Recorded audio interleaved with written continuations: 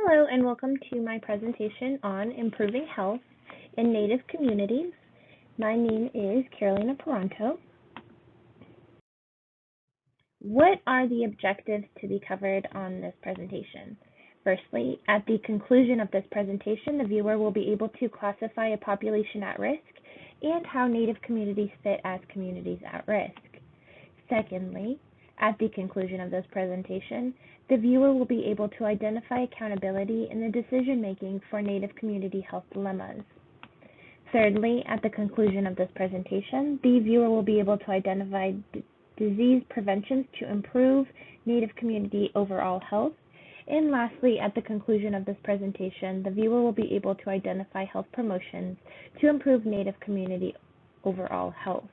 If you would take the time to please pause this presentation and take the pretest, as well as take a look at the brochure that accompanies this presentation.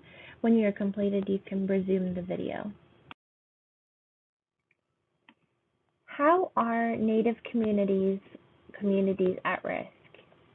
One interesting statistic is according to the CDC, 17.4% of all persons in Native populations were in fair or less than fair health. In comparison, in the total population of all Americans, 8.3% of all people in America were noted to be in fair or less than fair health in 2018. This is interesting because it shows how large the disparity is in health from the total American population to the Native American population. Another interesting fact is that about 28.6% of Native Americans under Medicare age, which means Americans who are less than 65 years old, were without health insurance. In comparison, in the total population of Americans under Medicare age, only 11.1% were without health insurance. Native Americans having the largest uninsured population in the minorities noted. It's very interesting to note how large the health insurance disparity is between the entire American population versus the Native American population, but also they are the largest uninsured population. This is important because it shows they are not getting follow-up care due to not having access to health providers and any education towards making better, healthier choices, as well as any health screenings that could prevent them from having any chronic health issues in the long run or any acute issues currently. Accountability in the decision-making for Native community health dilemmas. According to the CDC, Native American communities are at a higher rate of poverty and chronic health issues.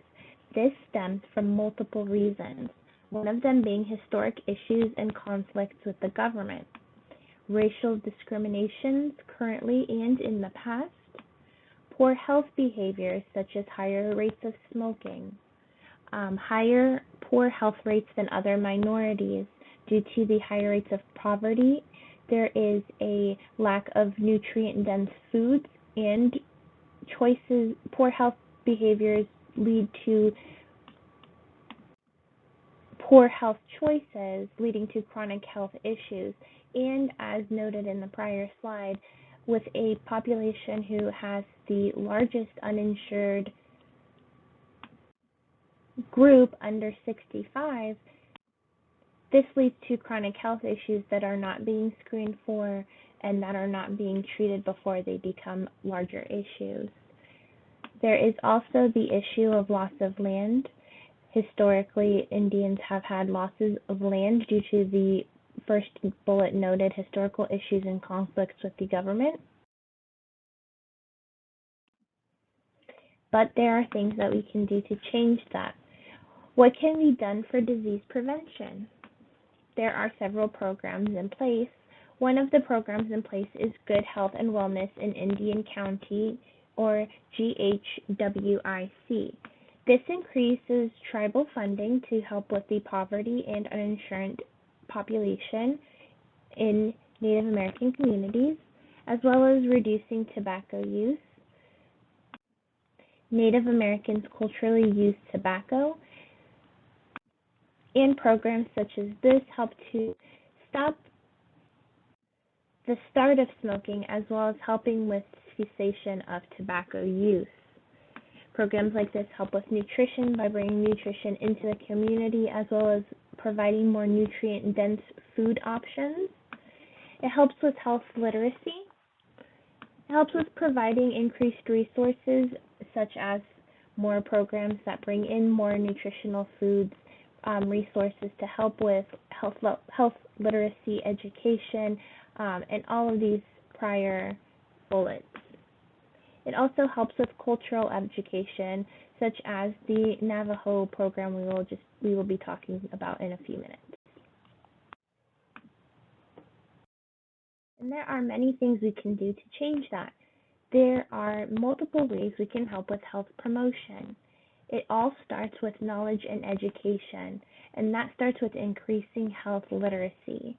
One way we can help increase health literacy is through Let's Talk, which is an acronym. The T standing for tell the provider what is going on.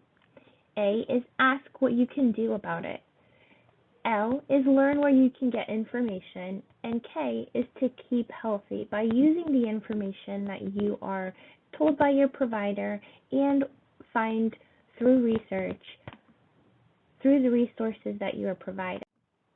This helps those in the Native American community better help their own health and make better health choices. It helps them with understanding their diseases and how they can better keep healthy. Another way is educating healthcare providers. Helping healthcare providers with understanding the dilemmas that are facing Native American communities and how they, as healthcare providers, can better educate people in the Native American communities with staying healthy and preventing any diseases. Healthcare providers can help the Native Americans they serve in multiple ways, with helping find resources, helping with education, providing extra education on their diseases, and how to prevent any exacerbations to the diseases that they currently have. This can help others who have these diseases that are prevalent in the Native American community go on and help others in their community to prevent anything from turning into a chronic health issue. Also, having positive healthcare provider experiences helps with others to feel more comfortable to look for ways to get healthcare insurance and follow up with healthcare providers. Another way is to use the Navajo Wellness Model, which is currently in effect in Navajo tribes, which pushes to have the Navajo tribe follow up and learn their traditional ways of life, which are to self-identify, have self-respect, have self-care and resilience, and to follow the holy people, Mother Earth, Father Sky. And there are several things that they look at, one of them being their food, which is white corn, blue corn, yellow corn, and red corn, which is sacred to them as their diet. On this slide, you'll see some references for information that was used on this slide. For further information, you can always check the brochure, which has more sites to visit for more information on this issue. At this time, if you would stop the video and do your post-test, and then resume the video when you are done. And here are the answers for the pre and post test. Thank you very much for watching, and I hope that you are able to answer all the objectives. Have a wonderful day.